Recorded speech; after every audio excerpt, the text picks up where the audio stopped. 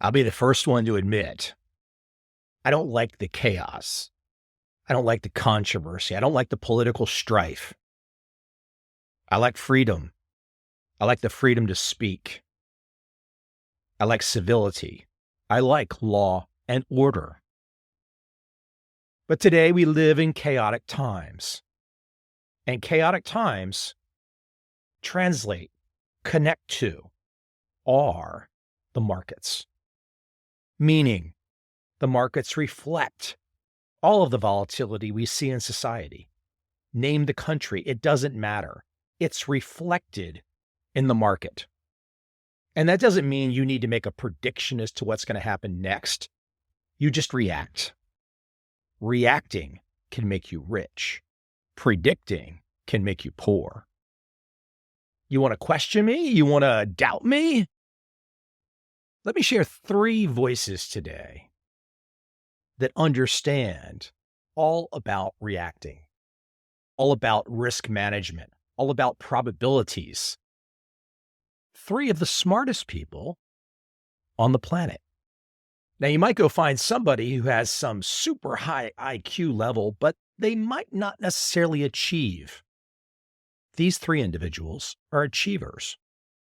First, a French trend-following trader, a brilliant man. Second, a short-term quantitative trader, another brilliant man. And third, finally, yet another brilliant man, an analyst who understands risk management and probability deep in his bones.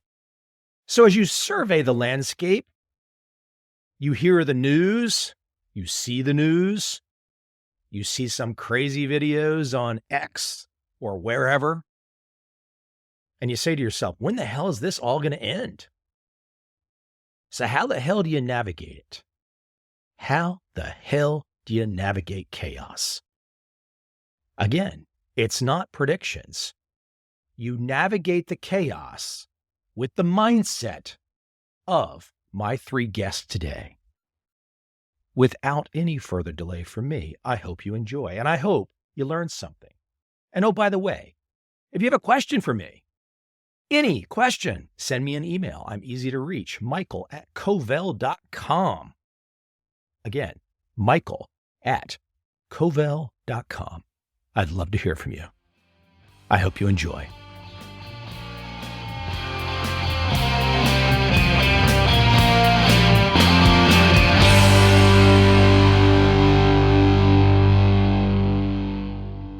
Today on the show, I have Dr. Jean-Philippe Bouchot.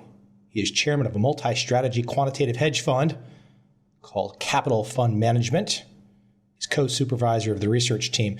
He is a well-known authority in the field of econ physics and a co-author of Theory of Financial Risks and Derivative Pricing.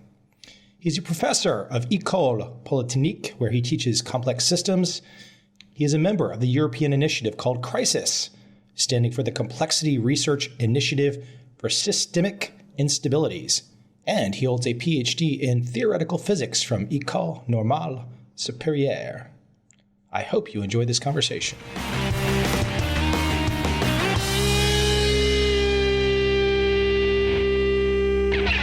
So I want you to elaborate on your physics background, but bring that into this framework of classical economics. Classical economics, the rationality of economic agents, the supposed rationality, the invisible hand, market efficiency. But for some reason, the idea of empirical data often gets left out of the equation. And I think, and I've seen this with some other traders that have had success, a physics background is different. It allows you to maybe look at the world through a wider lens. Yeah, exactly. I mean, I'm surprised that you say all of this, because that's more or less what my usual message is, and you've captured it all in a few words. Yeah, it is true that I'm a physicist by training, and physics is of course learning through doing experiments, and you learn that theories are no good if they're not able to reproduce observations. And even if your theory is beautiful, if it doesn't fit, it doesn't fit, and too bad, and you just have to throw it in the dustbin and start again. So So as a physicist approaching economics and finance back in the early 90s, that's what struck me most, is that there's a philosophical aspect to the way economics and finance theories are built, very much axiomatic and imagining how the world could be or should be, and then developing the theories without much care about what's going on out there. So I guess that for a while it was justified to do that because data was not so easy to access. So the whole academic world has developed without data in a sense, and so people had to maybe supplement the lack of data by axioms and by ways of thinking that can happen too in physics, actually. But so perhaps I was fortunate enough to enter the field when data became very easy to access, and when looking at data and trying to make sense of data through a kind of vivid light on the failures and drawbacks of efficient market theory and Gaussian statistics, Black-Scholes, all this. To me, was quite apparent that it was not enough to understand the world. But you mentioned Black-Scholes model. It's still in use.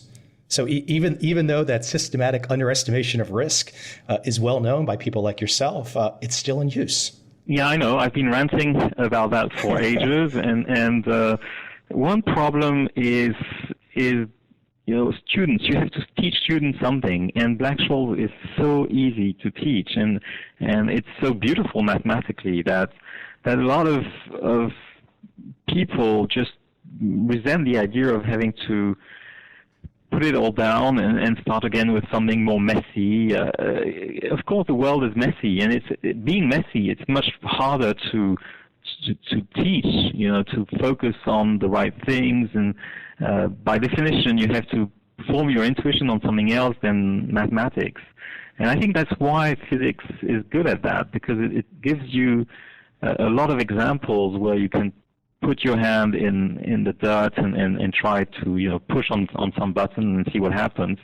But I think the same should be more and more true with economics and finance now through two channels. One is the availability of data and the possibility to make experiments on data, simulations, that is, and even without data, you can do simulations. You can invent worlds of people trading according to certain rules, or firms producing according to certain rules, and implement whatever rule of thumb or feature of the world that you think should be there, and then just run the simulation and see what happens. And then what's very striking when you do that, first it's fun because you kind of play God, and second, very quickly you realize that some of the rules just don't work. They don't represent at all what is seen out there, and others seem to capture something that's very close to reality. And so my impression is that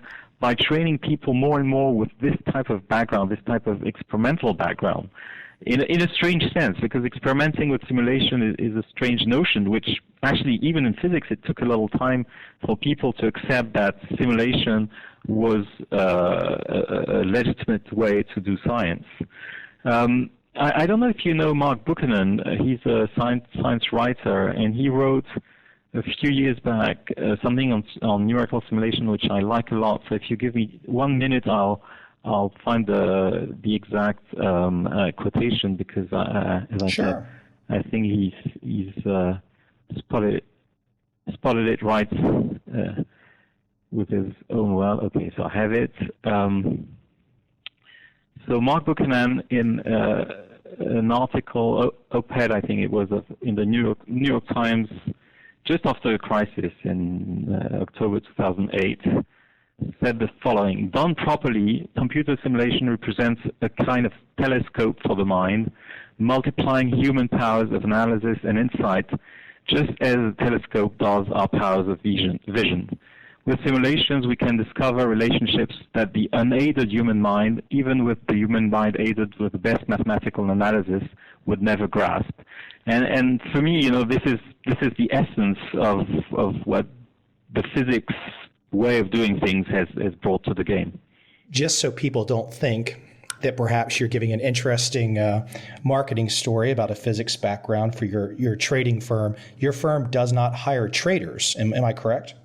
Yeah, it only hires physicists. And okay, people can think that, but we've been saying the exact same thing since the mid-90s when we started. And I know for a fact, for two reasons. Well, first of all, because the everyday life of CFM is driven by data, is banging our heads against data and trying to make sense of what we see and make models inspired by what we see.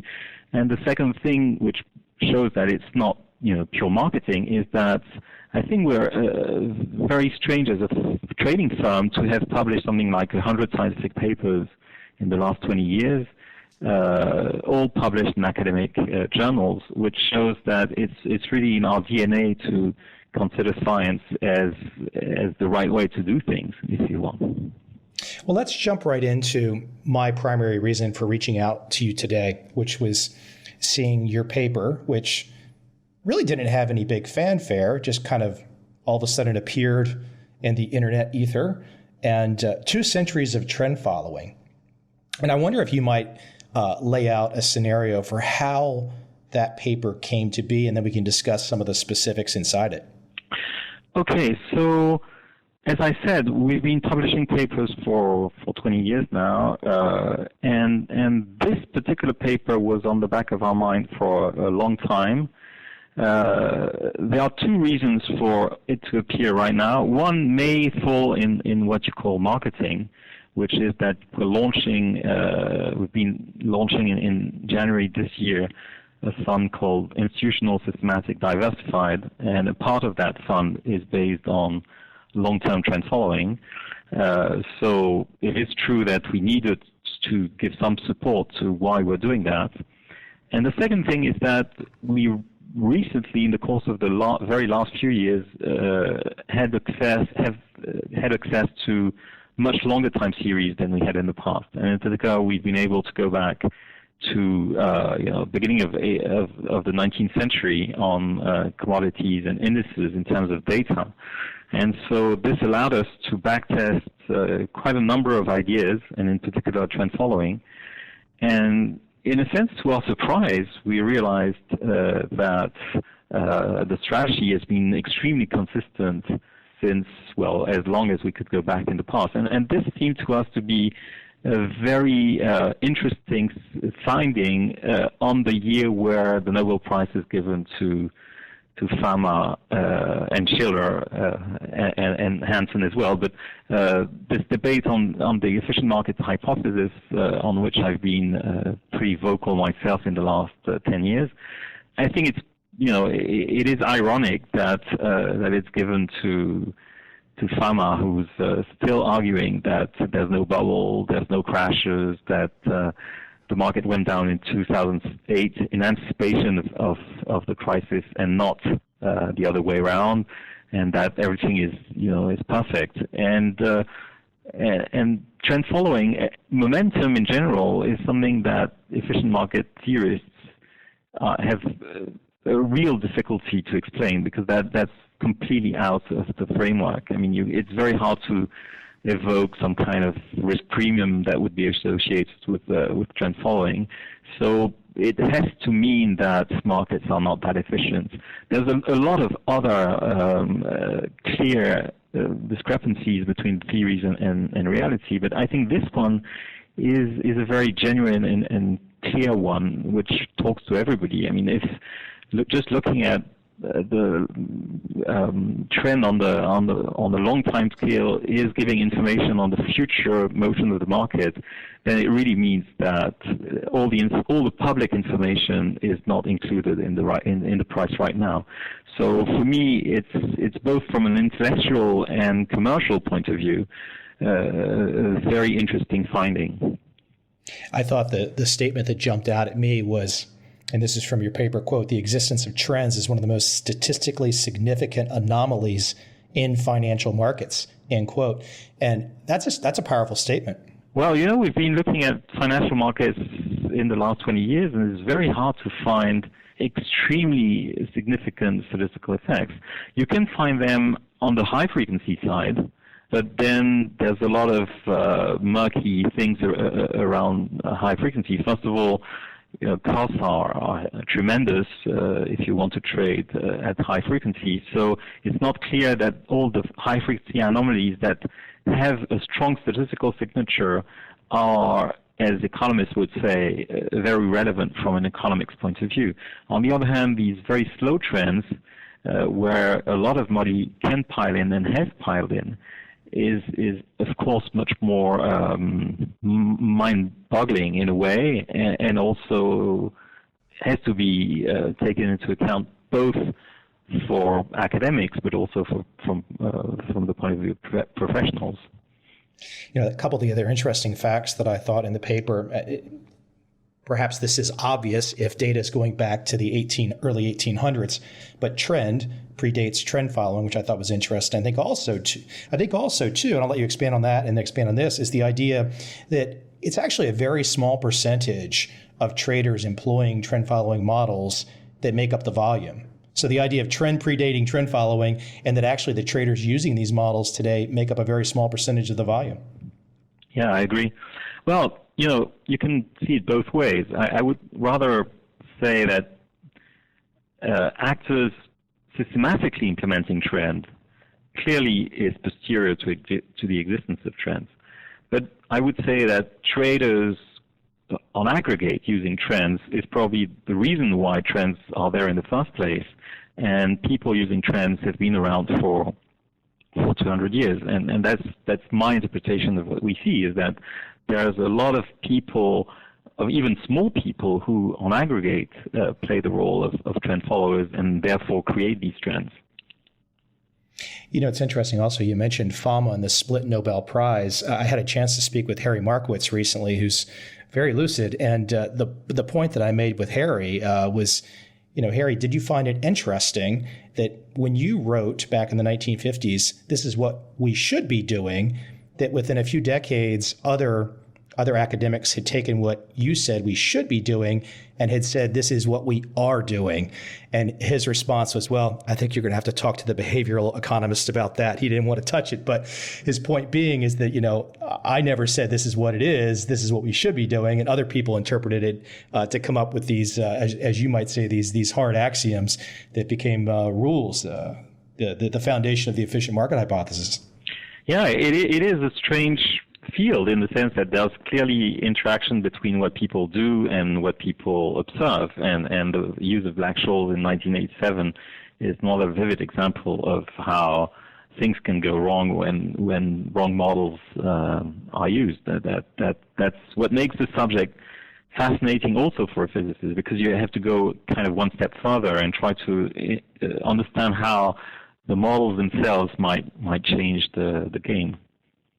So actually, we came up with a simple model on how trend could lead to trend, or mean reversion could lead to mean reversion, and a priori both are equally possible. I mean, it's not clear that we could imagine a world where people would follow mean reversion rather than trends, but it seems that humans have such a propensity to follow trends. There's a lot of very interesting psychological experiments where you can show that when a small child sees 3 points aligning on a line, it gives him pleasure. So there's clearly we're wired in to extrapolate past trends, and that's probably a way to extrapolate the motion of a tiger jumping on us or something that makes us alive today. So my intuition is that it's much harder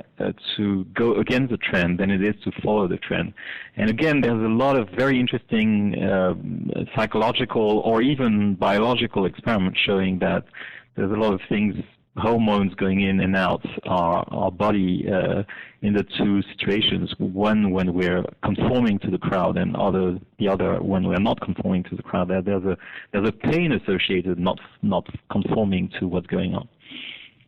Classical economics has no framework through which to understand wild markets. And wild is your phrasing. And I wonder if you could talk to the idea of classical economics not having the ability to have a framework to see those wild markets, to see through them. But how do you, when you use the word wild, what does that mean to you? Yeah, okay. So you're referring to a paper that I wrote in 2008 in Nature, which was just after the unraveling of the crisis, and this made me react very strongly because I felt that this was, in the cards, and of course other people had seen it coming, but I was not too happy with the way economists had been kind of dismissing all the attempts to introduce a little more wildness in the description of economic systems and financial markets. So actually, wild is a reference to Mandelbrot. Mandelbrot has introduced fractals. Of course, he's introduced also the idea of distributions without second moment, without variance, or infinite variance, and distribution with infinite means, and that's his classification of randomness, if you want. So he would call benign randomness the one that economists love, Gaussians and things where the average, where you can replace a heterogeneous system with its average. And we know, for example, this relates to the book of Piketty as well, that the distribution of anything in economics is so broadly distributed that very often it just doesn't make sense at all to replace a collection of people by an average people, by a representative agent would be the classical word.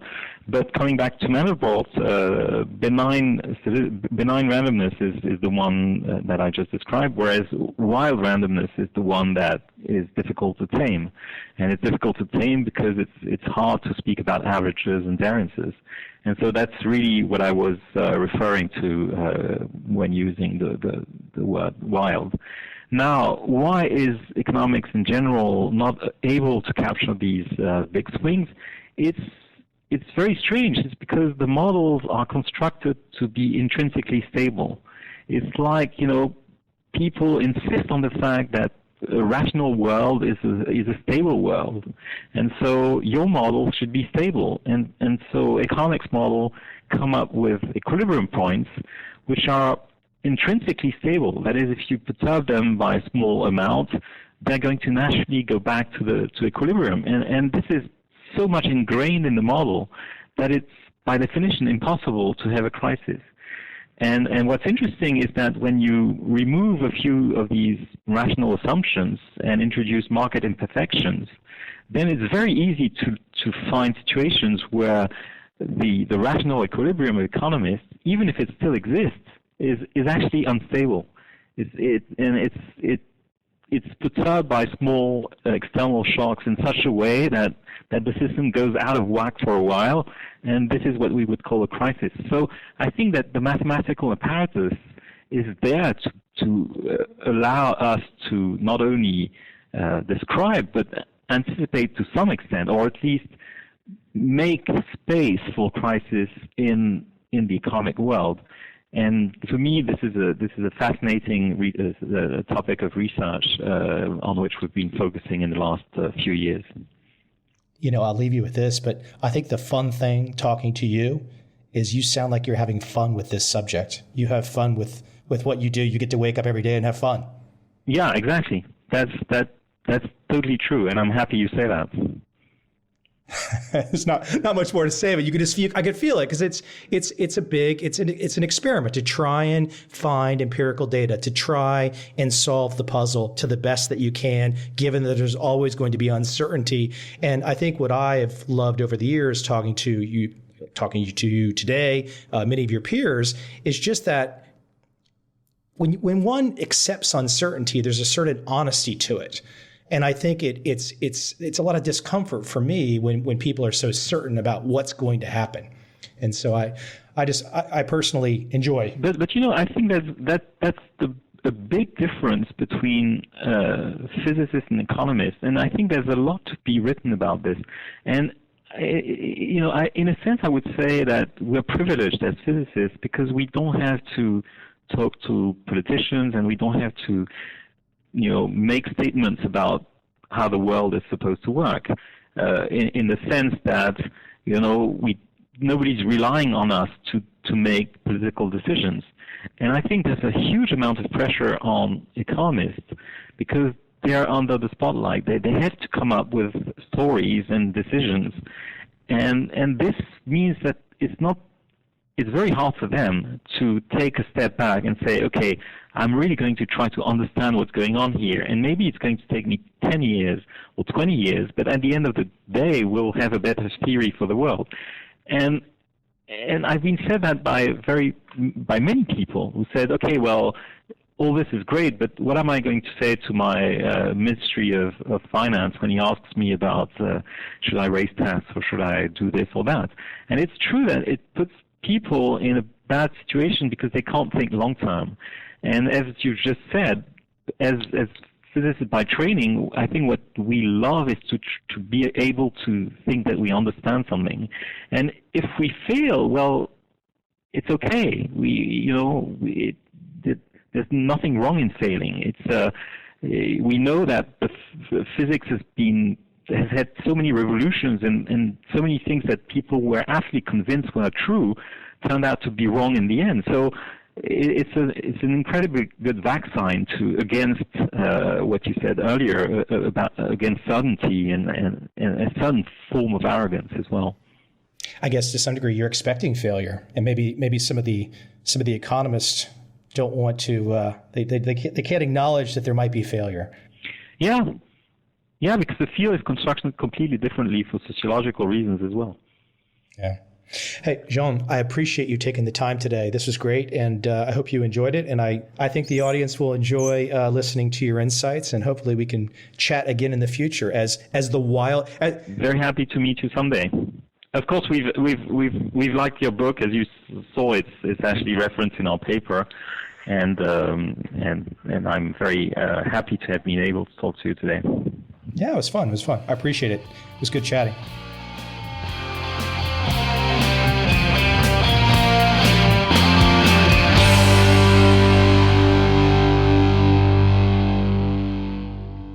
I first reached out to my guest today in 2005.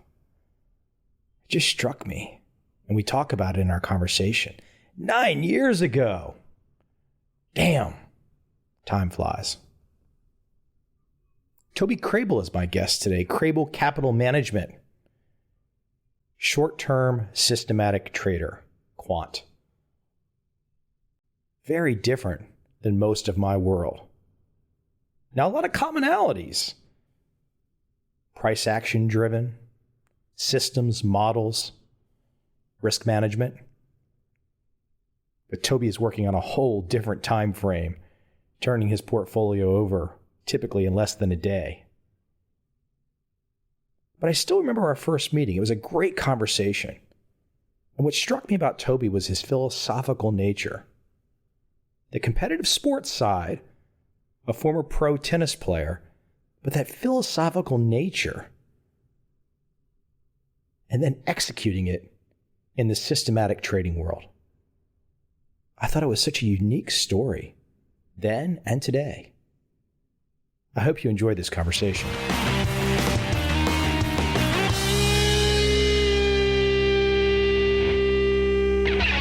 Toby, Mike Covel. Hi, Mike. How are you? Man, it's been a long time. I think it could be 9 years since we spoke. I think that's right. I think it was in the Virgin Islands, right? Yeah, I was like, wow, where's time go? That's really scary. It's a bit frightening. Right. I just hope they figure out this life extension soon before we leave. So. Yeah. Interview Ray Kurzweil. I think he's after it. So. Yeah. So how's it going? It's okay. I keep working at it and improving a little bit incrementally, and those little gains help. So that the firm's going well, my family's good, and we've fully moved out from Wisconsin, and it's a good life. Playing a lot of tennis, and there's a lot of good things happening here. Let me jump into the setup of tennis, but first I want to describe a few big picture points. I want to drive right into what you just mentioned. So the head of Kramer Capital, over $1 billion assets under management. Since 1992, your track record starts, but not an overnight success story. And I just checked on Amazon today to look at your book, Day Trading with Short-Term Price Patterns, priced at $981 for a new copy. But a little low. But here's where I want to go, though. Before all of this, pro tennis player. I think you got as high as 280, or as low, I should say, 280 in the world. Talk to me about, though, that experience of being such a competitive tennis player, the 8 hours a day for years practicing. Is there a direct translation to the competitive drive that you have in the asset management field, the fund management field? I think it's direct translation, actually. I mean, I refer to it all the time. It's an analogy for what I'm doing in my business and the way I approach things. So, especially in those early years of the track record, but it can be a good training ground if you take away from it the idea that we can always get better and we can improve at what we're doing, and the one thing that's very clear is that there's losing days, and there's losing trades, and there's losing tennis matches, and how that's handled and what you take away from it is the most important thing. So that's I think for me is the key to longevity, and the solace that I haven't always done that very well. I mean, in tennis, I think I stopped a little early. I had looking at the record, I had a lot more potential than I gave myself credit for. So one of the things I take away from that first career is that I'm not going to quit. So that's why. I mean, there's been some tough times in these markets and in my own business, and I just don't. First of all, I don't want to destroy anything that I have by having too big a drawdown. So we're very conservative with risk, and I think that permeates the firm. And then secondly, when you're there to fight for another day, you don't let yourself get overwhelmed by the tough times, the losses, the day-to-day grind of it. You try to elevate a little bit and keep my head about me when it comes to that. I'm guessing from a tennis analogy, if we're going to stay there for just a moment, you would probably prefer the consistency of a track record. If I pull up Wikipedia and I look at Federer versus a Nadal. Nadal is fantastic, but he doesn't have, best that I can tell, the consistency is Federer's in a completely different league. Yeah, I truly do admire, of course, both players, but Federer's it's just incredible talent. But the way he plays, there's a conservation there of energy, I think, that will allow him to play, I think probably we'll see a lot longer than a lot of players. And there were others like that in the history of the game. I mean, Ken Rosewall played into his 40s and did very, very well. It doesn't happen as much anymore, but, I can think of Pancho Gonzalez was in his 40s when I think he did very well at Wimbledon one year. So, I mean, I don't know if it's pacing yourself, but Nadal's passion is fantastic. You have to love the intensity that he brings to the game, and there's really something really important about that when you see it. But I mean, when I think of my careers, especially this one, I'm thinking lifelong. This is something that I really enjoy, and I'm just fascinated by markets and price movement and how to quantify that. It's my science. It's what I do, And there's hardly, I mean, you can train in other sciences and that'll help, but it's you got to really get in there and work with the market data and use your imagination. So yeah, this is a lifelong pursuit, Mike, and I think that I don't think I'd have it any other way. I'm not going anywhere. Let me drive into this. So I want to break apart some trading aspects and details of how you approach the markets philosophically, et cetera. But I know when we talked years ago, you really thought that your space, and we had a nice long conversation comparing your style of trading to trend following, some of the quant trend following, and there were some commonalities, but your time frame was very different, and you painted a picture that you were in a pretty unique space, that you were very humble about it, but you were saying it was very difficult to compete with your strategies, whereas there definitely are, many more trend following traders out there, and still to this day. So I'm curious, do you still feel like you have this unique space, your firm, and its multiple strategies? I think so. In the money management world, handling client capital, I think it is unique because most of the shops I think our evolution is we're moving shorter, and our holding periods are tending to be shorter. So with that lends itself to there's only so much in the way of assets that you can manage, and there's a demand for it if you're good at it. So you have to be careful. And what happens is I think there's some very good proprietary firms that have evolved into relatively short-term trading like us or shorter.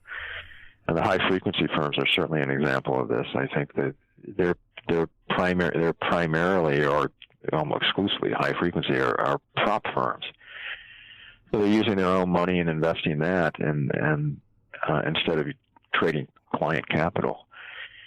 That it's understandable because of the capacity constraints that exist in the short-term area. But yes, it is unique because it's certainly in the money management field, there aren't a lot of us.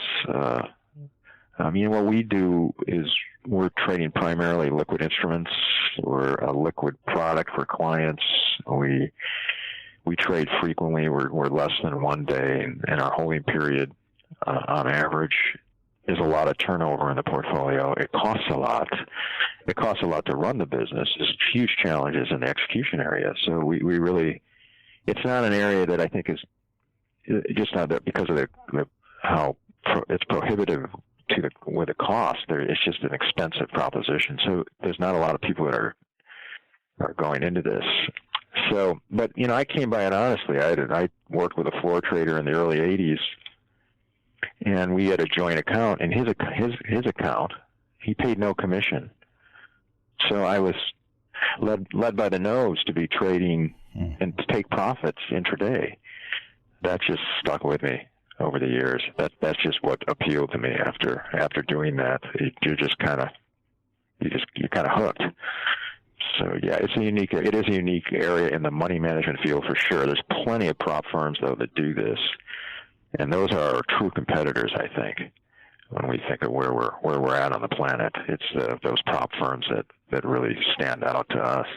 We spoke before. It was multiple diversified systems, applying them systematically across multiple different time frames.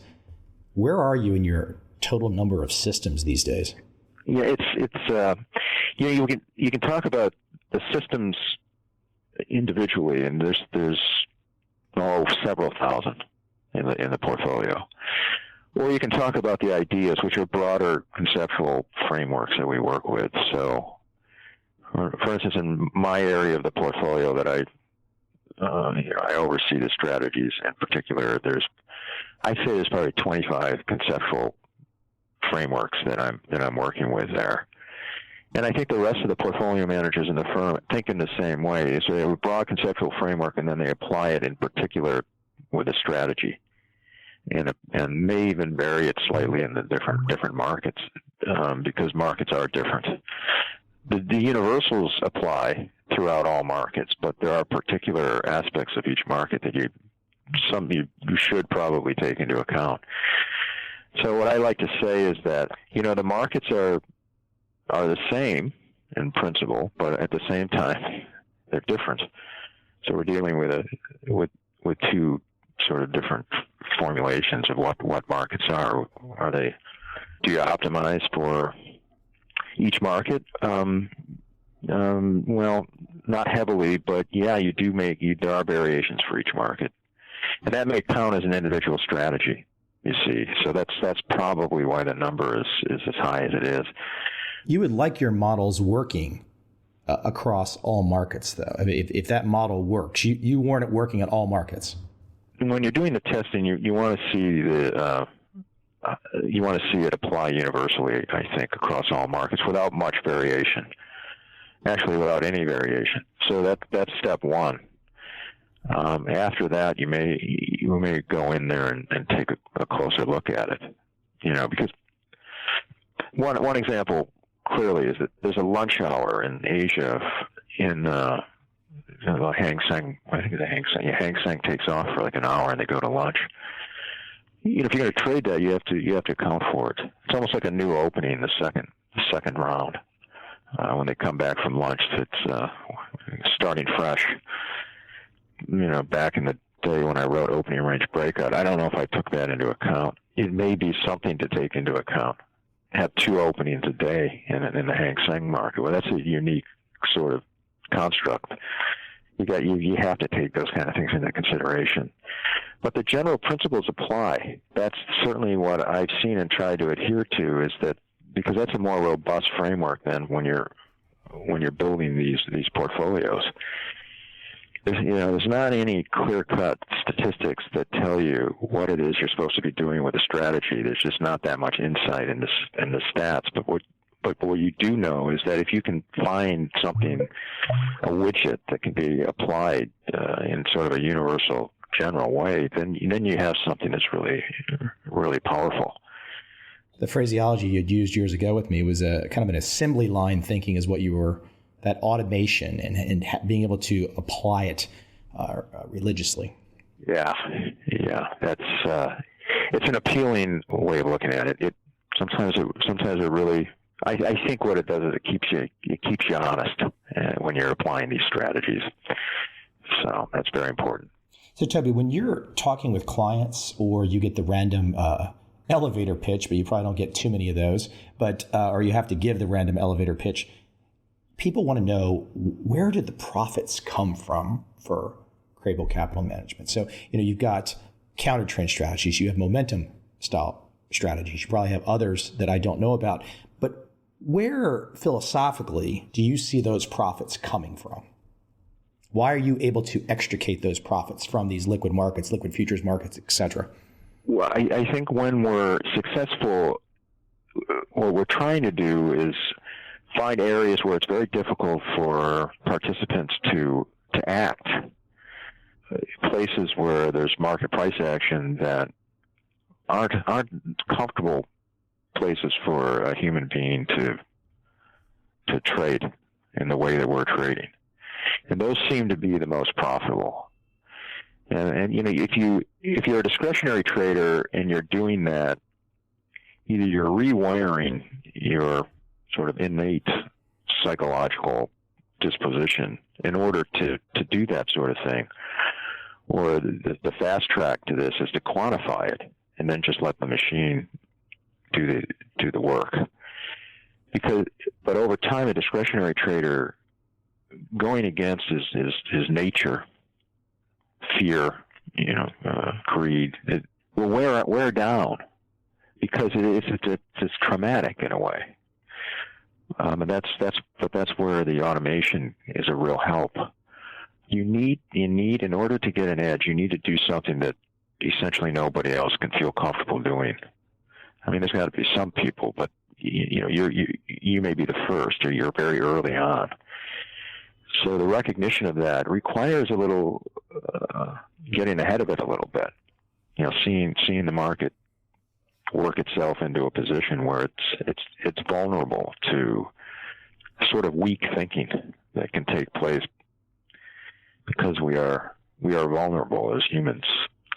That may be too philosophical, but the problem, you don't want crowded trades. You want to be there when it's very difficult for other traders to operate. And that's sort of the wonder of systematic trading, I think. It's a real benefit. But that said, we tend to try to find the times when it's right to go against price action. And then, as my early work would suggest, I also was looking for times when the market is ready to move directionally in any given, day, and isolate those environments. That's an interesting area of work. The markets are different at different points, and that has to be taken into account. You have to.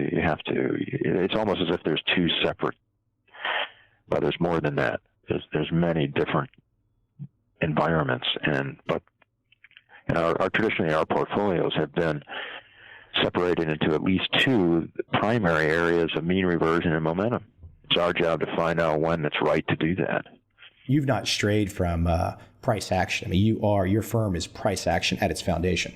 Yeah, and everything else that kind of goes along with that. I mean, volatility and volume, and there's other factors I think that are primary in that. But price action is a starting point. Price is a starting point.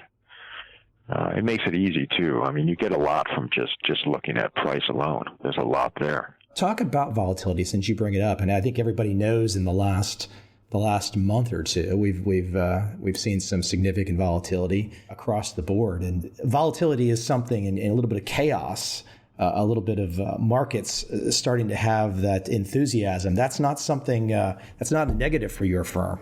Well, it depends. There's winning and losing volatility. We prefer the winning volatility.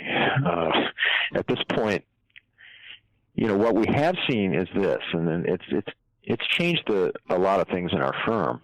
That up till a few months ago, the volatility was at record lows in most of the markets. Foreign exchange market, the interest rate markets, even the stock market as it was rallying was on relatively narrow trade day to day. And so the volatility, the VIX was at a very, very low level until just recently. But with the foreign exchange markets perking up in the last couple of months, literally in most of the foreign exchange markets, euro currency, dollar yen, you had the lowest volatility range that I've seen since I've started trading, and those were relatively good markets for us to trade in the past. If the volatility gets too low, there's no movement, there's nothing to really take advantage of. You need price movement.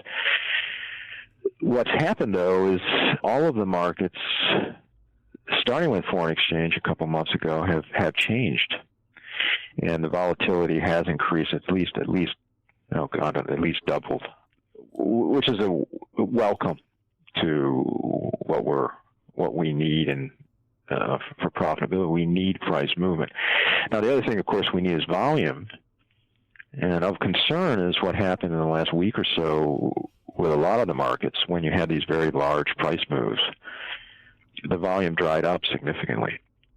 And we haven't really seen that. That's a new phenomenon. It's sort of this early in a cycle of volatility. This is sort of a unique circumstance, which leaves a question mark for me as we go forward in the thinking that we're doing about allocations and the kind of risk that we may have in the market. So that's another story. But the volatility has increased. It took a long time. I don't think this is going away. As markets contract like they did for as long a period as they did, it's my opinion that the volatility cycle is on the rise rather than declining in most markets. So something's up, in my opinion. Economically, I don't know what that is. I do suspect that with the amount of intervention that's taken place in the markets over the years by some of the governments, the U.S. in particular, it's created a circumstance that can end up being very volatile, in my opinion. Let me interject real quick there, because I think this is something central to your firm, and we talked about this when we first spoke, is the idea of shocks. And, when these volatile situations start, we can think back to the summer of '07. It was almost foreshadowed what came into '08. Now, of course, I'm not trying to make a prediction or anything. I'm just talking. But the idea of shocks, rubber band snaps, this is something you think about all the time. You're prepared for it. And you knew as a young man, and you saw this happen to other people, you did not want you didn't want to risk your career on price shocks. Yeah, that's the truth. Well, we still have occasional bumps in the portfolio that certainly cause some sleepless nights. I mean, but look, I mean, the clients have a certain appetite for drawdowns, and if you're within the range that you propose, and if you can adhere to that, you're in good shape. You're doing what you say you're going to do, and that's very, very important when you're endearing trust in a program like ours. So, but yeah, price. I think we could say just in this last week we've had something of a price shock. Every time you see those, you understand where your weaknesses are thoroughly. So that's an area of it. It's a learning. If you can continue trading through that and you're okay, you haven't had a huge drawdown or, hurt your clients very badly, you've learned something. And there are things that you can put into place that will protect you further from these kind of things and these kind of events. And then, of course, you try to think ahead at what can create real problems for the portfolio. But it takes a really thorough knowledge of what's in there and how the portfolios evolve. And there's a lot of production going on in our company, a lot of strategy development, and you have to stay on top of that and really understand what it is that people are implementing in the portfolio, and so to truly understand your risk. But that is it. Look, if I'm building a 50-year track record, and I'm almost halfway there on this, which is a goal of mine, you have to be able to get through those price shocks. Those are the things that are lurking out there that can thoroughly put you out of business. And you're right. I have seen it before. It can be terrifying. You started your career as a guy with higher drawdowns, much higher drawdowns. Mm-hmm. So you've changed that. I mean, like a complete opposite side of the coin. I mean, you've gone from high drawdown to, I think I was looking today, between a max of, let's say, 15 to 16% on your big portfolio. Yeah, and it's been a long time since we've seen that. That's a pretty big drawdown. I think we're right. That would be a big drawdown now. So, hopefully our risk-adjusted return is improving. But when I was trading at the beginning, I wasn't thinking about portfolio management, and I wasn't really tuned into what a client would want from a portfolio. So risk-adjusted return has become the primary benchmark measurement for our firm. So certainly we do want to have a consistent return, but a decent return, but we also want to do it in a way that, in a less chaotic way than, say, the S&P, and it's a long only position in the S&P. We would think that we would be far, far better than that. Our drawdown should be less and our return should be higher, relatively speaking, than a lot of or any instruments out there. So we really want to be at the top of the risk-adjusted group in the hedge fund world. I think you told me years ago it was, and you might be less today, but 0.02% risk per trade. Yeah, I think it is less actually, because of the more strategies you have, the less you allocate to each one. But that's part of the risk reduction in itself. There's diversification and low correlation between strategies, and the more you can bring on that are truly not correlated, it seems like the better. I'd love to pick your brain just for a second and pretend this is like an audience question. So the trader out there, the would-be investor, and they love their one market perhaps. They only fixate on one market, perhaps a currency or perhaps just one equity index. And then when they start to trade, they put these huge amounts of risk on. Maybe they could get 5, 10, 15%, perhaps more into this one market of their net worth. Why don't you talk about, I mean, you've been testing systems and looking at these things for decades. Just give the big picture out of the gate, why that's such a bad thing to do, to be fixated on the one market and to be extending yourself risk-wise. I mean, everyone should know instinctively if you start risking that amount, you can blow yourself out. A couple losing trades and you're gone. I mean, capital's not unlimited. Well, there's the allure of the profit too on the other side of that. So it could be quite appealing. Visions of change of life and quality of life if you can hit it on that trade. That's a problem. There's a gambling element, gambling mentality that's leading that. But I think this is part of the evolution of any trader. When I started out, I traded. You trade one market with one strategy, if that. You have a partial strategy undeveloped. So, but as I've moved along, what I've done is I've broadened out that and tried to diversify through different markets and strategies. And we're still doing it. And I think we're trading 300 markets now, which is much more than I think when we last talked.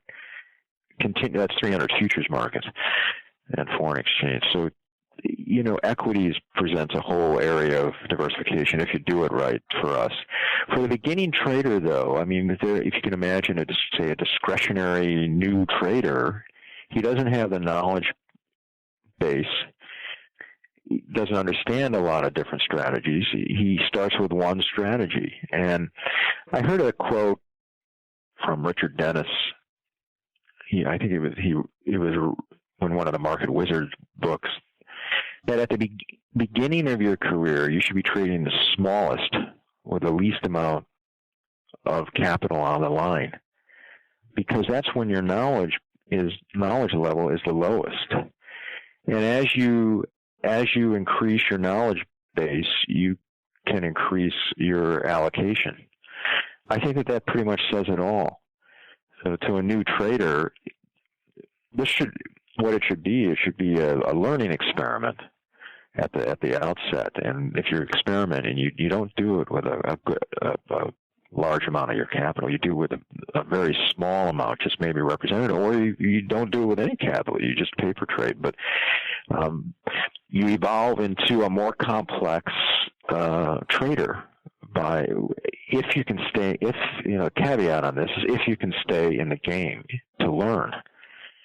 So you don't want to damage yourself.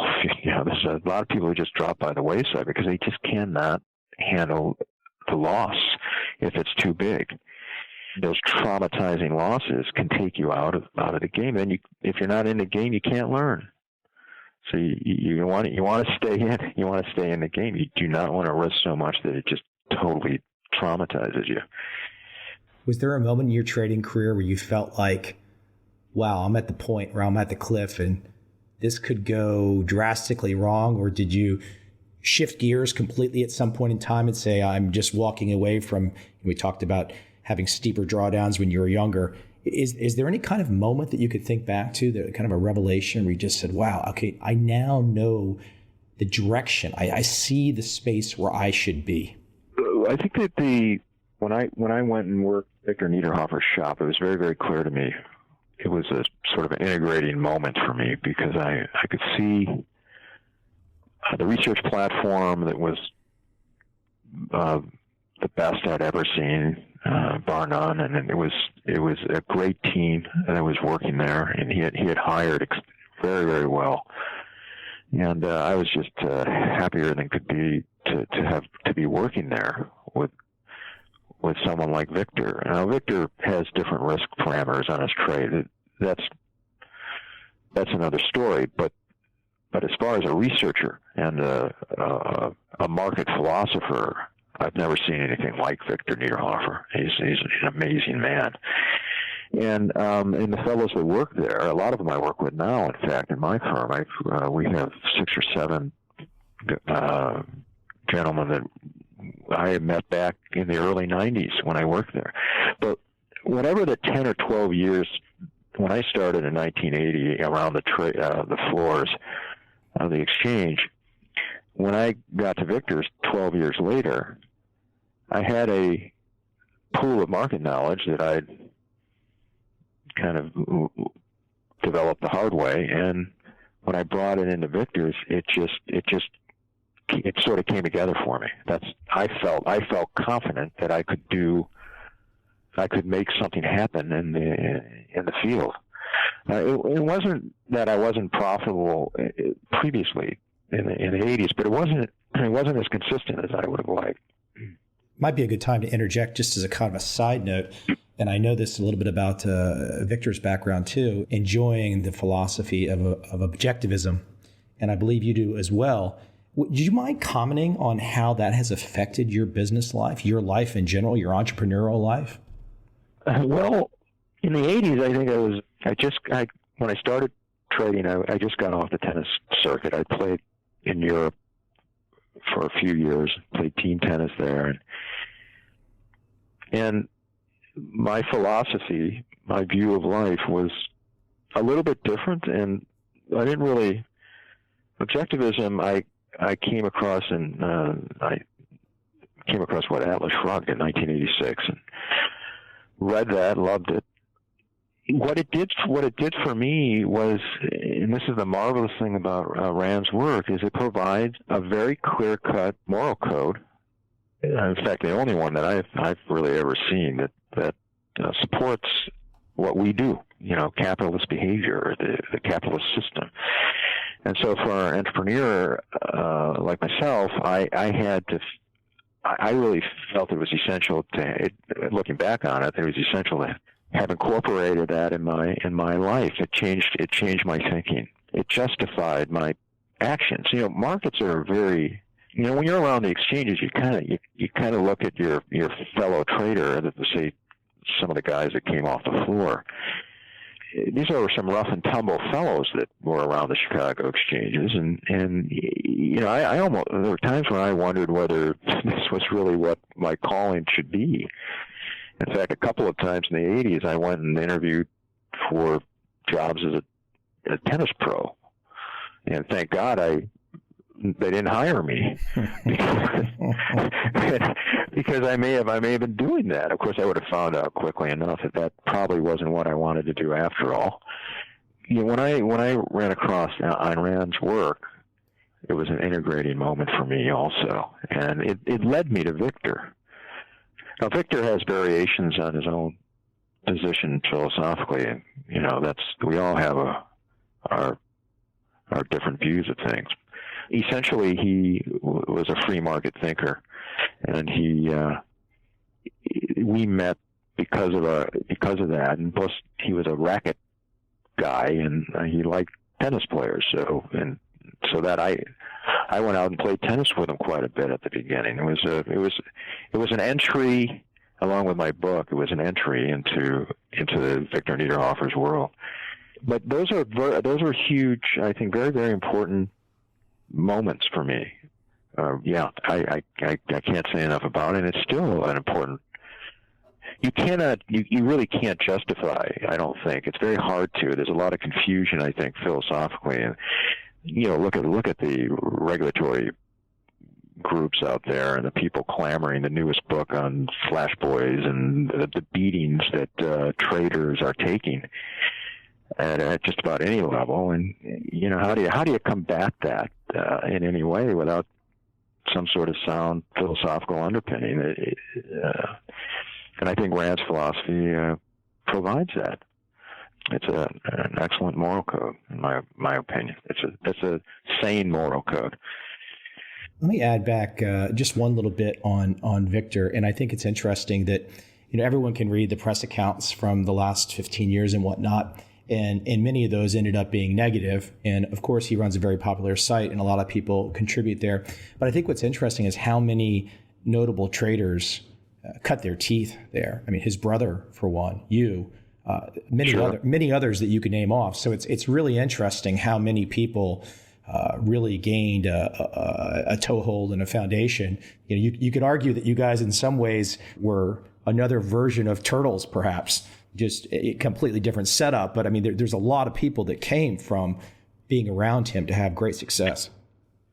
Well, yeah, Richard Dennis, I think when he had his experiment on whether he could train traders out of, create traders out of nothing, he brought in the original Turtles, and I think that was fascinating. The one commonality is that they're quantitative. Victor was running a business.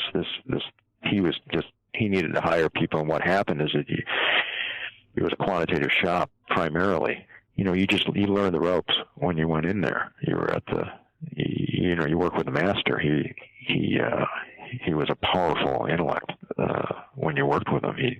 He was a professorial. He was tough. But he was a real teacher. Now, the Turtles, I don't know. I don't know as much about that. But as far as the fanfare around them, I think some of those guys have done very, very well. They have a lot of volatility in their portfolios. But they are generally all quantitative, and that's the real similarity. And you can teach quantitative work. It's something that is transferable, I think. Developing a portfolio is a little tougher. Victor never really taught portfolio development. I think Richard Dennis may have more. They diversified through many, many markets right at the outset, and I think that was some of the portfolio work that I do started with his allocation concepts that I drew from the readings and some of the Turtles that did talk about it. So there's basic allocation methods. It's a good starting point when you're allocating to a lot of different markets. But I'm lucky because I met a lot of these fellows. Monroe Trout was also came out of Niederhofer, which is probably of any of the graduates, he's the most successful. And we don't hear about him much anymore. He's theoretically retired, but he was brilliant and did a fantastic job of building a business. Hold on. Theoretically retired. I don't know.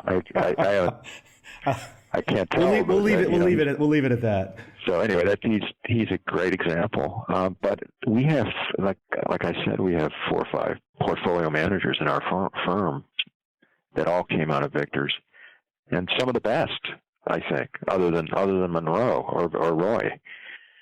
So it's rewarding. It's a great group to work with. It's a wonderful sort of intellectual environment that we have that I'm very comfortable with.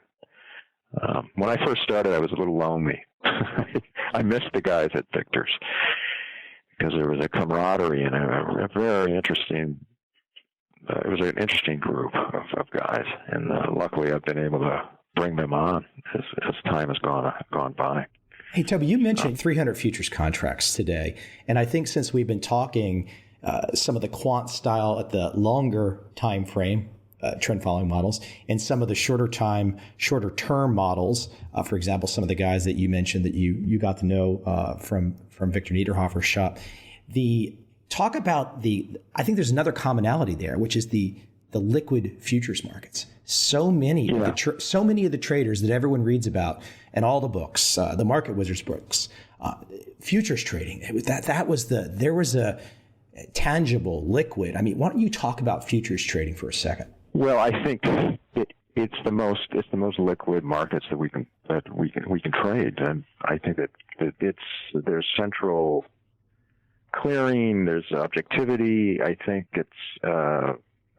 things are extremely visible. We can liquidate our positions very quickly if we need to. That's comforting, I think, to the clients. I think a lot of the best traders started there, or they gravitated towards these very, very liquid instruments, and their strategies were worked around very liquid trading instruments. And I think it's no mistake. I mean, you look at You look at some of the most successful traders out there: Paul Jones, Louis Bacon, Monroe Trout.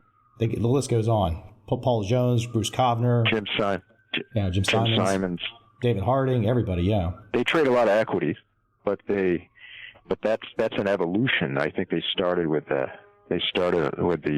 futures markets in a lot of cases.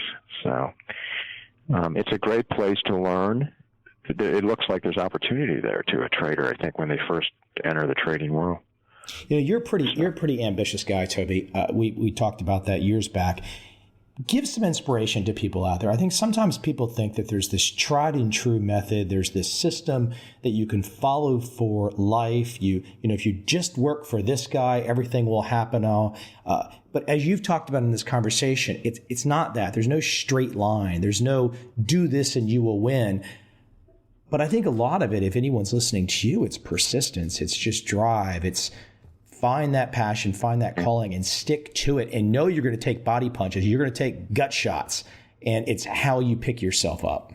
Well, yeah, and try not to get hit too hard. Stay in the game so you can learn. The learning process. Look, we're all going to make mistakes. One of the most important things for me is that I was very clear. I needed to learn. I needed to feel that I could develop and get better. So my market IQ could expand and improve, and my understanding of the business could expand, and I could get better at it. It wasn't a static place for me. I think that, and that's what has happened. I learned. And I think that we all do that. We have to know that at the beginning we don't have as much. We may be very, very, very, very bright people that come to the markets. I can't tell you how many PhDs in the sciences are being hired now by these firms to come in and do research. We do it ourselves. We really look for scientists and people that have great quantitative skills. But without market knowledge, there's they don't really have anything. So that has to be developed, and you have to be able. Mastery doesn't come in a year or two. It's a relatively long process. It seems like maybe a 10-year minimum anyway. If you're going to get to a point, by the way, I mentioned that I don't think I've mastered this quite yet. I still have more work to do. Hold on, the 25-year track record says something. I'm not sure what, but it says something. Yeah, it's not bad. But look, I think we're really just that idea of trying to improve. In order to do that, you have to be passionate about what you're doing. You really have to love your work. It is your passion. So without this sort of constant fascination with what the market is, for me in this area, I think it's true in any profession. You find what you love and be thorough about that, and then you master it over time. And I really don't. There are certain limitations that we have on the planet. It's wonderful what we can do as human beings. I mean, we can actually get smarter by building our pool of knowledge, make better decisions through practice. I mean, trading isn't much different than hitting a combination of underspin and topspin backhands. You have to hit thousands of them, and you get better and better at it. That's what we do, and I think that it's sort of the human condition. And finding your passion and then mastering it, I think, is one of the highest levels of what we do, what we humans do on the planet.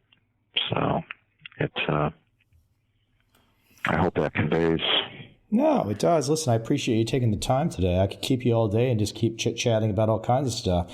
I do have one kind of last we could keep talking, but I have one last thing I really kind of would love to touch on. And you've talked a little bit about who you admire and some of mentors, and we talked a little bit about that.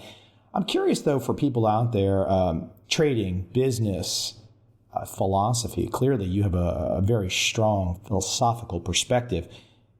What books do you really admire? What have you loved to read over the decades? Well, if it's about markets, I think you have to look at Jack Schwager's Market Wizard books. I think it gives you a great view of some really great traders. I think that's inspiring stuff. Reading about the highest levels of the profession. I think it's really, really important. It's the inspiration, that's the food you need to go forward. I have to say, Ayn Rand's work, I think, the introduction to the OPAR, I think they call it, or they have a general text on the objectivist philosophy that Leonard Peikoff edited and wrote, and it's a wonderful book, and I think it gives a very clear exposition of sort of the laissez-faire approach and the philosophy of objectivism, which I think is so helpful to anybody out there. What other books? Of course, Atlas Shrugged I thought was wonderful. I'll interject one here as we're along this line of thinking. I'm calling you from Saigon today. So Vietnamese girlfriend, I bought her the other day. She speaks and reads English, but I bought her the Vietnamese version of The Fountainhead, and she went through it faster than lightning. She seemed to really enjoy it. We have a winner there. Yeah. That's great. That's a great book. If you get through The Fountainhead fast and you love it, I agree, right? Yeah. Yeah.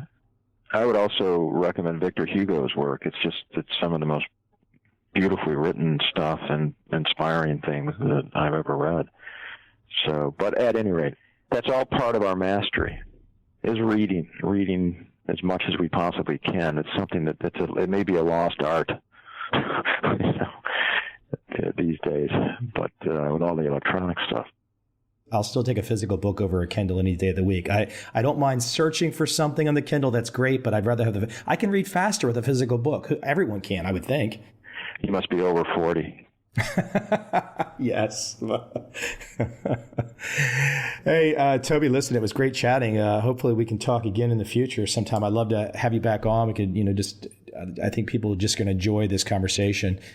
Sure. We'll do 10-year checkups if you want. Well, I'm going to have to bring it lower than 10. We can't do that. It's too long. I'll be here. I know you love giving some good philosophical bents, though. So, hey, people can go to check out your firm at Crable.com, correct? I believe that's right. Crable, something. Crable. They'll figure it out. They'll figure it out. Something. Yeah, they'll figure it out. It's not a solicitation. No.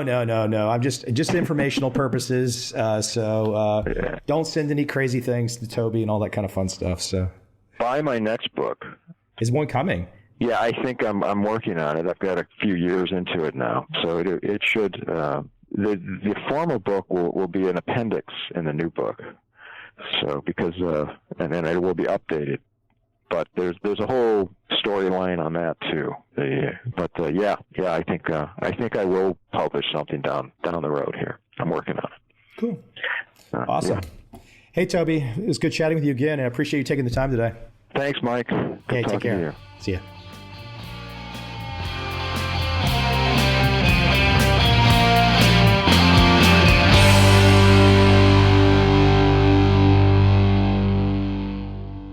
My guest today is Michael Mauboussin.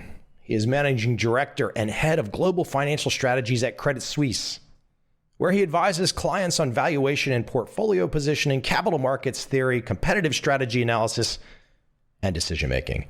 He's also an adjunct professor of finance at the Columbia Business School and chairman of the board of trustees at the Santa Fe Institute. I first reached out to Michael, I believe in 2003, to ask permission to quote part of his work in my first book, Trend Following. He obliged. I think I first saw his work in the mid to late 90s. These great PDFs early on when he was at Credit Suisse and before he went to Legg Mason, and now he's back to Credit Suisse. Just fantastic. Even if you go back and find those old PDFs from Michael in the late 90s, they're timeless. And what he was doing, and it shaped me early on, was the multidisciplinary thinking, pulling from different parts of the world in academia and economics and sports and neuroscience, psychology, decision-making, investments, finance, you name it, Michael would pull from it. And I started to realize as I was getting into my trend following subject, I was like, wow, this guy's just opened up Pandora's box of what you can do, what you can reach for, what you can take from to help explain. And I was just so fortunate to be into a topic area, trend following, where this multidisciplinary thinking dovetails perfectly. It just fits like a glove. I'm always indebted to people like Michael. Many, many people have shaped and given me, so to speak, permission in my own mind to go down certain paths. And Michael is definitely the leader in the multidisciplinary thinking thought process that influenced me. I'm forever grateful for that. I hope you enjoy this conversation with Michael.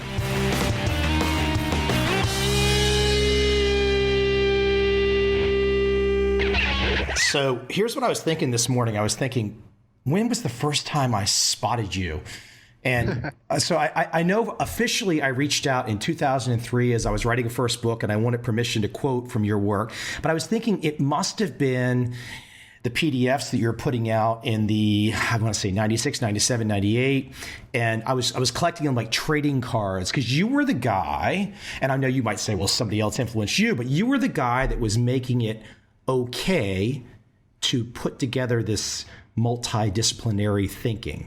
And I look at my podcast now after 3 years, and it reads like a list that I would have programmed from you.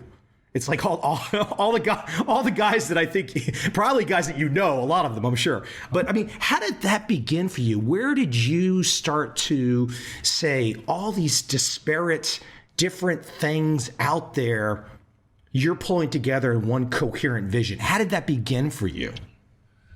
Well, I think, first of all, that I think some people naturally think this way more than others, and it's not a good thing or a bad thing necessarily, but I probably am one of those people that more naturally thinks this way, so that's probably the first factor.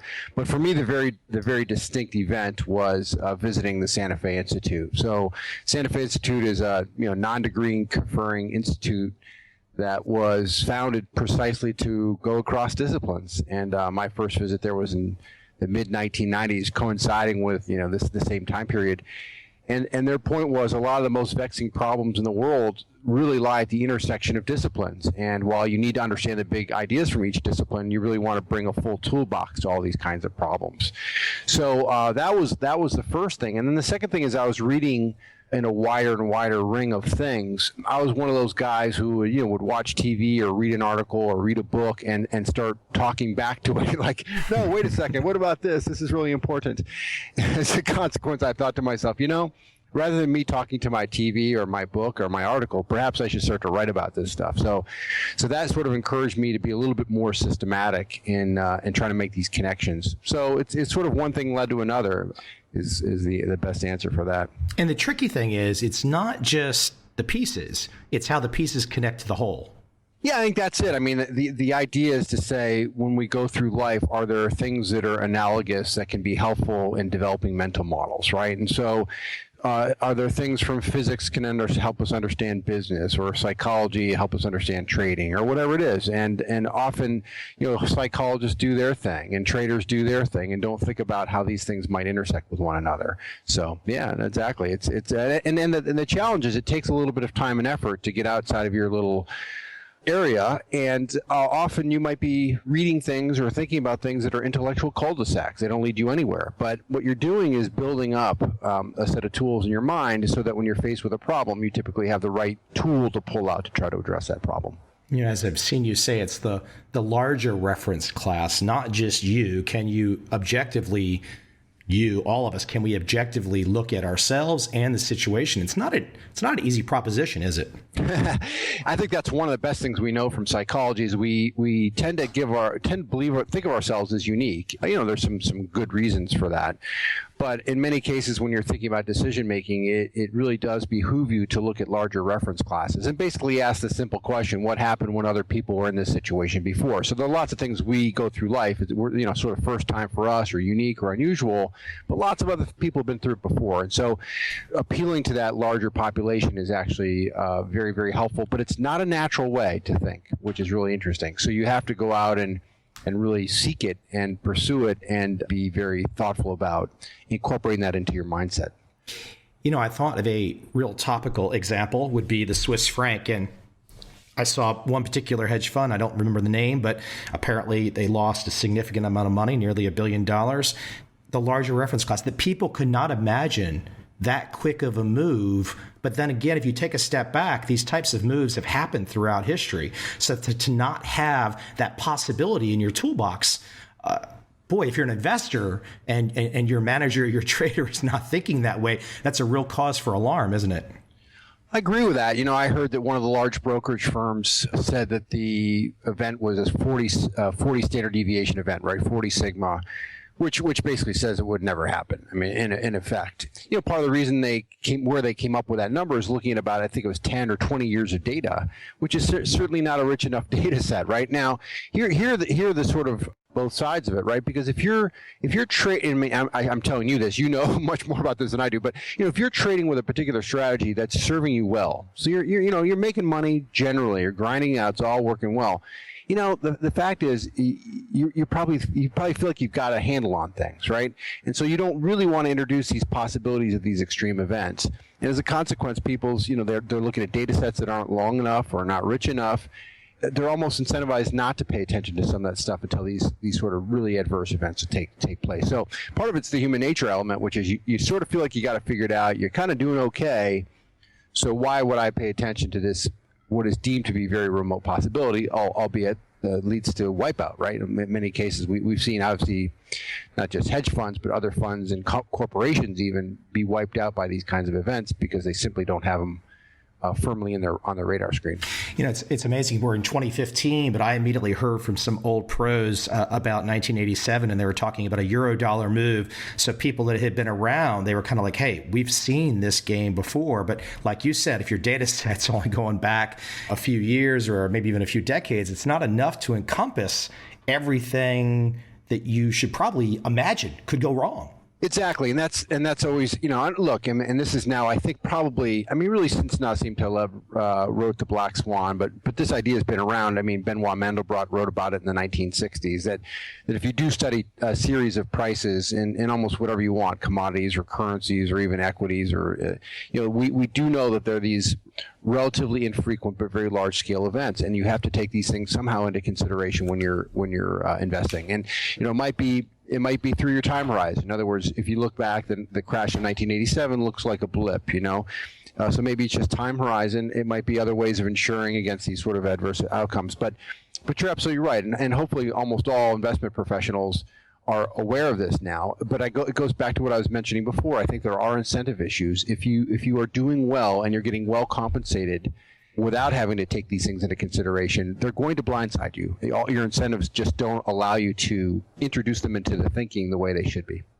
Let me ask one more topical conversation or topical point for this particular conversation. So this fantastically, I think it's fair to say perhaps unexpected move in oil over the last 6-7 months. So when you look at your toolbox and you think about the various ways that you're analyzing markets, players, behaviors, how do you visualize, how do you think about, when you're just talking to yourself, how do you think about that oil move? Well, I think there are two dimensions to this. One is, many commodities, I would start with the foundations of supply and demand. And I think that that is still a very appropriate way to think about these things. Now, certain commodities, and oil being one of them, these tend to be very slow cycles. In other words, if prices go up, the investment comes in, but it takes some time for that investment to click into place. Or if the prices go down, there's disinvestment, but it takes time. So this is moving a big ship around. So those supply, the supply issues may change at a rate that's much slower than demand and the price signals. So that's the first aspect, is I would still go supply demand.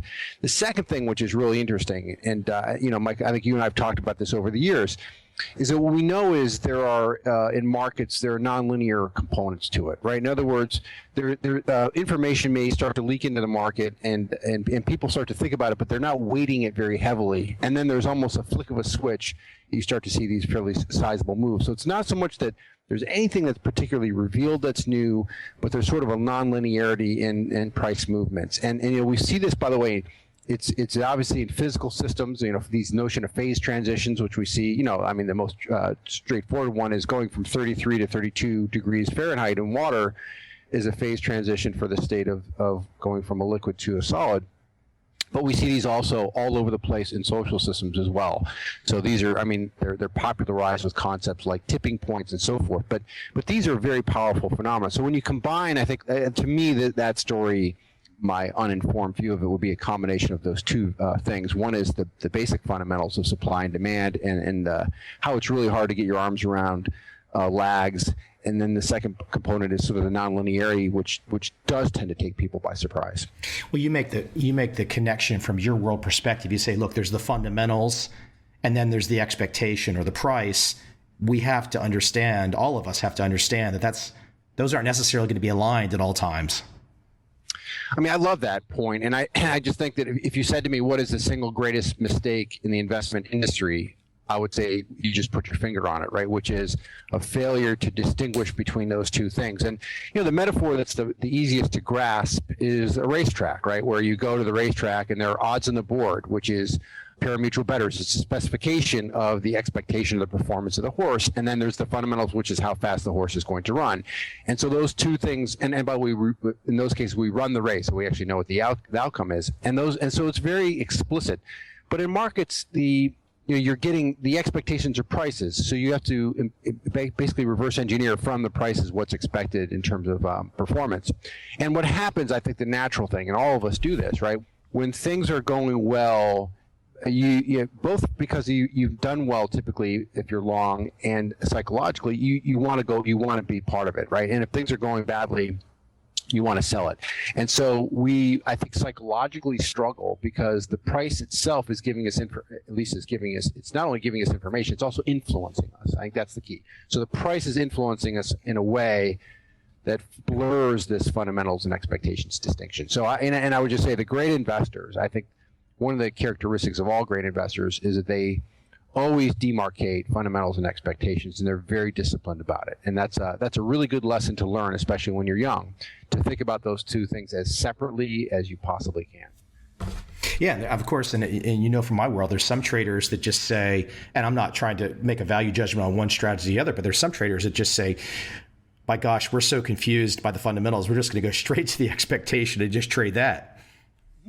Yeah, and I think that, part of it is, the reason I think it's actually an easier thing to do is because it's a little bit like, rather than guessing the score of a football game, you're just taking over-unders, right? So you don't need to get the details right, you just need to be sort of directionally correct, right? So if expectations are really, really lofty, all you have to say to yourself is, the probability they do much better is not high, the probability they do not as good, not well is high, so I'll buy it, or I'll put the trade on to take advantage of that. And likewise, expectations are low. So that's right, it's more like an over-under.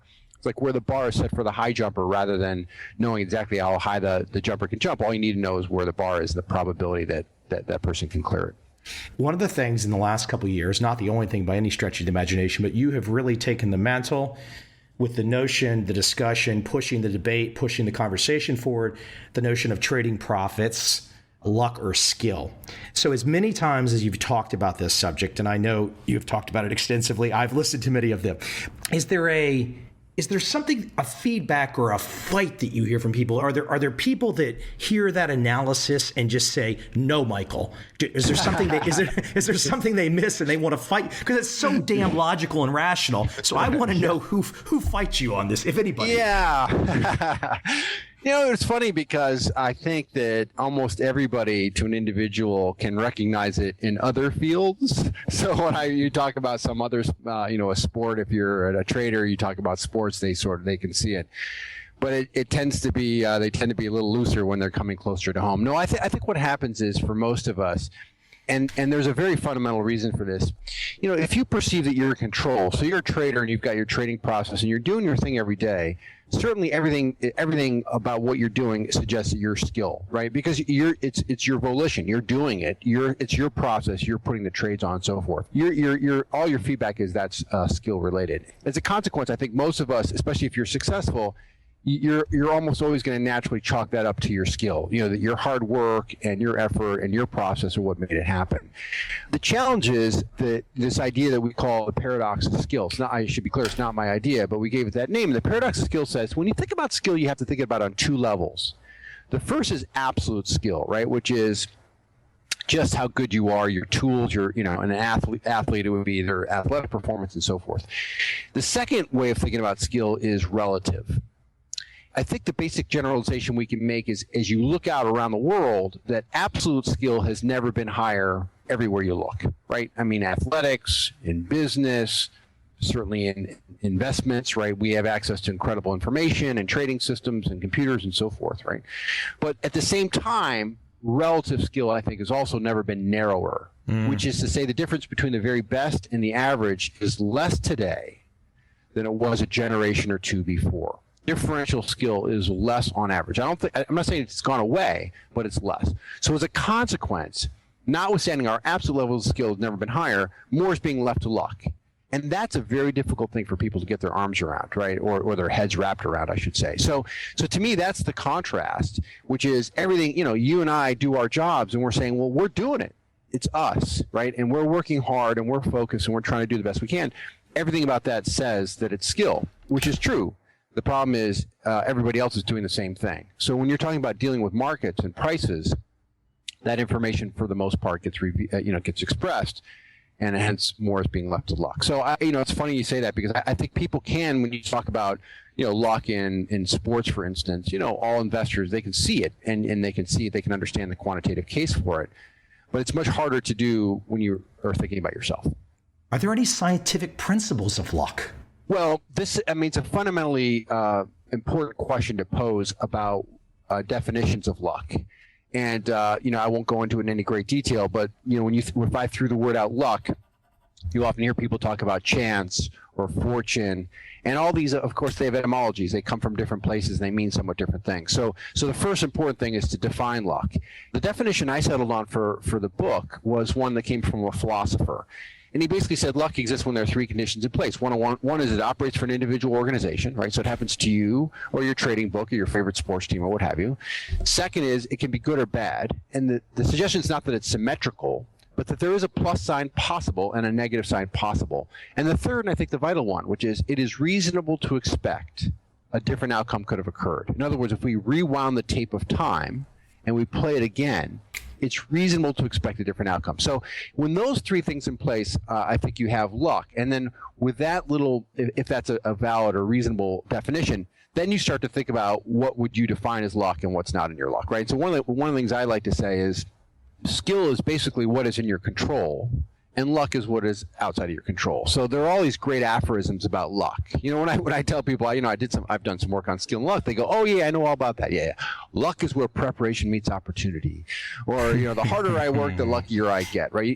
And these things pour out of people, and they of course have a very positive message, right? Which is work hard or prepare. And certainly those are messages we want to encourage, and we tell our kids those things, right? But if you accept my definition of luck, or this philosopher's definition of luck, those really aren't luck, right? You can't improve your luck. Those are things in your control, and hence they're going to, in our definition, are going to fall into the category of skill. So that's the way I like to think about it, and I think many traders think about it this way too, which is do everything you can within your power to succeed, and then understand that some days are going to be good and some days are going to be bad as a consequence of luck, things that are outside of your control. If you're an athlete, you focus on your preparation, whether what the weather is or how the referee does things. Those are things that are not in your control. So dwell on what you can control and separate yourself from things that you can't control, and then just move on. And there's this that great John Wooden definition of success, right, which is basically that you've done everything you can within your power. That is success. You've achieved all you can given who you are, and I think that's right. And everything else above and beyond that is what's outside of your control are things you have to have almost a philosophical bent about them. Just take them as they come. You know, you mentioned athletes, and I was thinking of a great example. Of course, we can rattle off success stories in the fund management arena that were one big bet, and then there's a coronation that is now the superstar after one big bet. And I think what's really interesting in the most recent NFL game, Green Bay, Seattle, anybody that's watching that game, looking at the highlights, whatnot, easily could have gone the other way. But then once it goes the way of Seattle, instead of us really fixating on how fine a line it was and that luck was clearly involved, then there's the coronation. Well, Seattle's, they're on to the second Super Bowl. It's really interesting how we essentially rise. Once there's a kind of perhaps a lucky victory, we rise the winner of the lucky side up to this new pedestal, when the reality is it was pretty dang narrow. Well, I think that, it's interesting that some NFL analytics websites have real-time probabilities of winning. As you're watching the game, you can see their real-time probabilities, and the Packers were well over 90%. So that game was, from a statistical point of view, close to being wrapped up.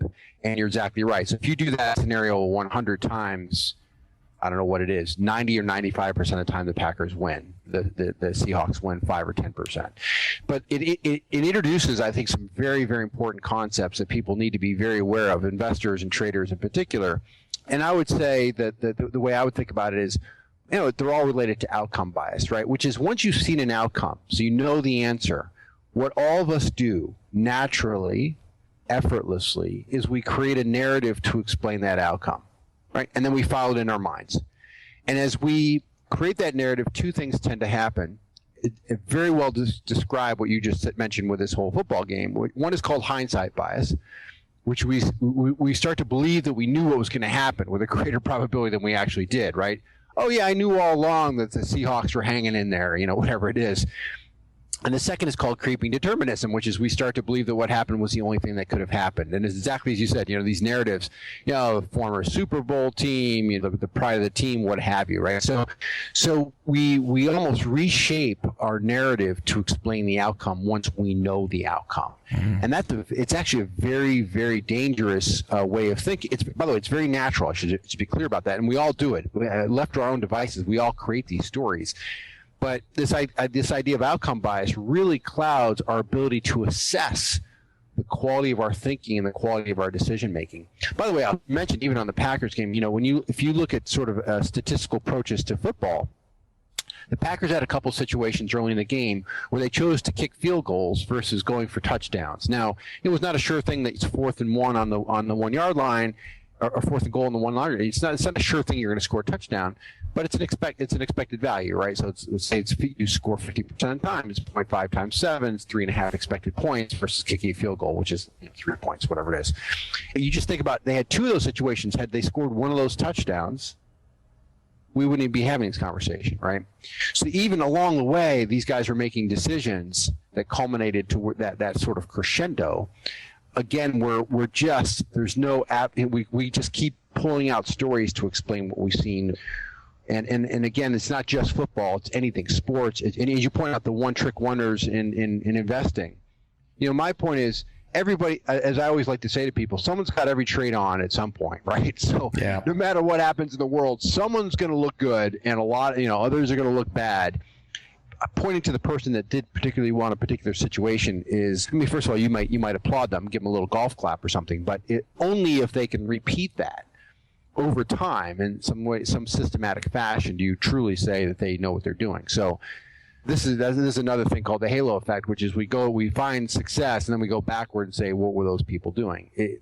That's another very perilous way to think. I was thinking, or I was mentioning it early in the podcast about guests on my show that perhaps I was inspired to ask via you, Daniel Kahneman, Vernon Smith, Daniel Simons, Laurie Santos, Barry Schwartz, Hersh Sheffrin, Meyer Statman. The list goes on. You're right there with them. So for yourself, many of your peers, all of this great behavioral work, and we can all go on Amazon, and there's fantastic books out there that basically just pick us apart. I mean, I love talking to Laurie Santos. She basically breaks it down to the monkey level, giving monkeys money. And, it's kind of been figured out in many ways. Has it made a dent, though? Is it got into the general public consciousness, or are we at? Do you see where I'm going with that? I mean, where are we in that process of education? It's a fascinating question and a very fundamental question, and I think that there's no way. I think it'd be very hard to argue that the general awareness of many of these principles is less today than it was 20 years ago. And so you say Kahneman and Tversky, and let's say where those guys really started to formalize a couple sets of ideas, heuristics and biases, and ultimately prospect theory, so how we deviate from normative economic theory. Those things have been around now for some time, and I think if you go to most investors and say, do you understand roughly what overconfidence and framing and so forth, I think most people understand that. The challenge, exactly to your point, is actually weaving this into your day-to-day processes. And I think that the next step of managing and mitigating these kinds of cognitive mistakes is where we need to put our effort today. And I think that so we've actually made, I think, quite little advancement in this. So it becomes some really interesting questions about what to do about that. We wrote a piece last year called Methods to Improve Decisions. And it was an explicit effort to try to introduce a handful of tools that an investor or an investment organization could try to put into place to at least make a dent on this problem. But it's not easy. The other thing to me is what's also interesting is we need to distinguish, and we talked about this a few moments ago. We really need to distinguish between two things, and I think that many people don't make this distinction clear enough. The first is how you and I operate as individuals. So, somebody could put a spotlight on us and follow us around and see how we make decisions. And in doing so, by the way, it's very clear that individuals are suboptimal. They're not making perfect decisions. But the second level of analysis is that of the market itself, which is really the collective of individuals. So as a consequence, we go from psychology to really sociology, how groups interact. And there's another area where I think that it's very difficult for people to make that jump. I'm persuaded that for as long as you and I are on this earth, we're going to continue to see these collective behaviors of, euphoria and despair, and these markets running to extremes. What we know is markets are generally pretty good.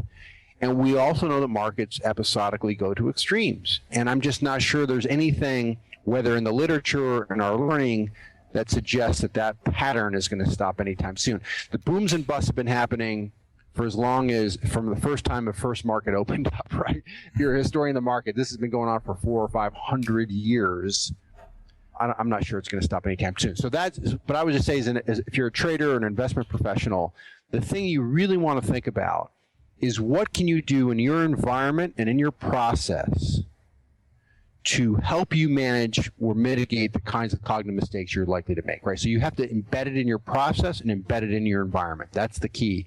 So it's offloaded to some degree. It's whether it's checklists or certain procedures you go through to make sure you've thought about things thoroughly. You need to offload it to your environment and your process to make sure that you're doing the best you can. Let me dovetail one last question into that response and where I went with that initially. So you've been a professor, you've taught young people. I'm curious your perspective on where we are today in the classroom for those pursuing the MBA, the finance degree.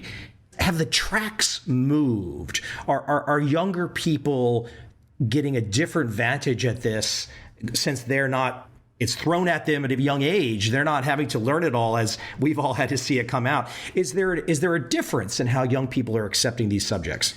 It's a great question. I think that, certainly the possibility of learning about these things is much greater today than it was a generation or two ago.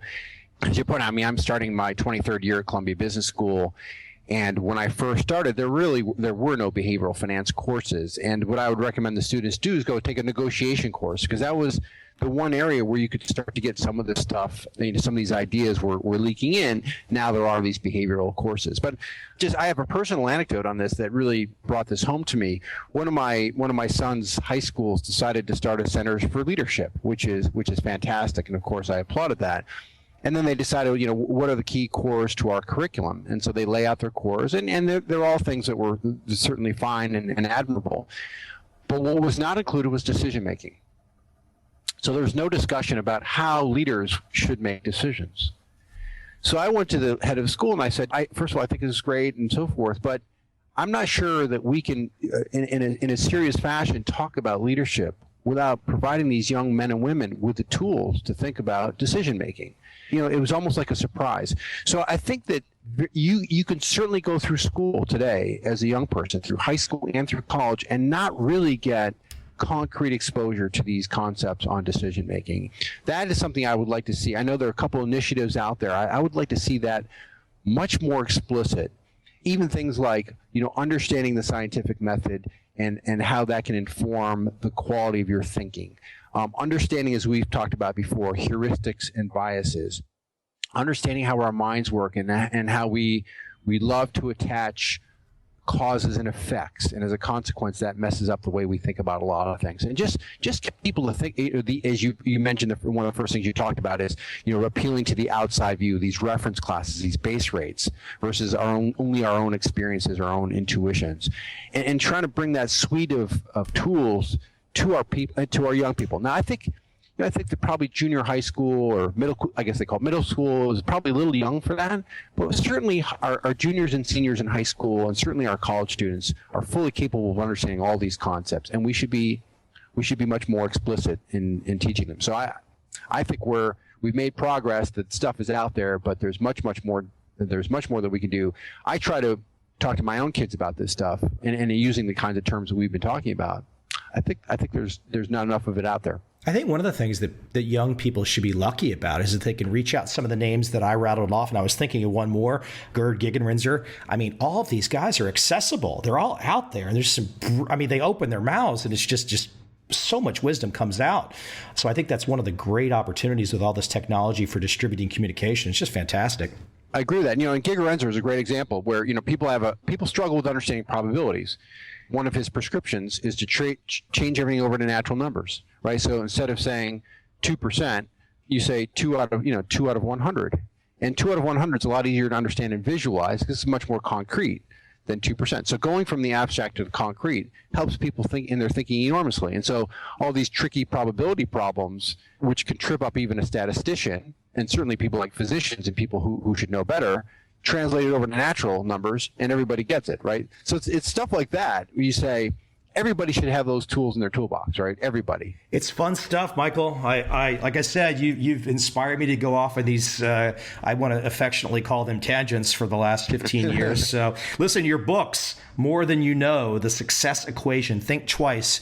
You are on Twitter. You post really cool stuff on Twitter. People should follow you just for that alone so they can take advantage of all the free work that you're doing for them. Where else can we send them in terms of your major URL? I think that's it, Mike. I mean, I have michaelmobison.com, but I don't post much stuff there. But that's where you can see all these, and there's some chapters from the books and so forth. Yeah, so that's those. You hit all the highlights. Well, Michael, listen, I appreciate you coming on. Hopefully, we can talk again in the future. Always great, Mike. My pleasure. Take care. Take care.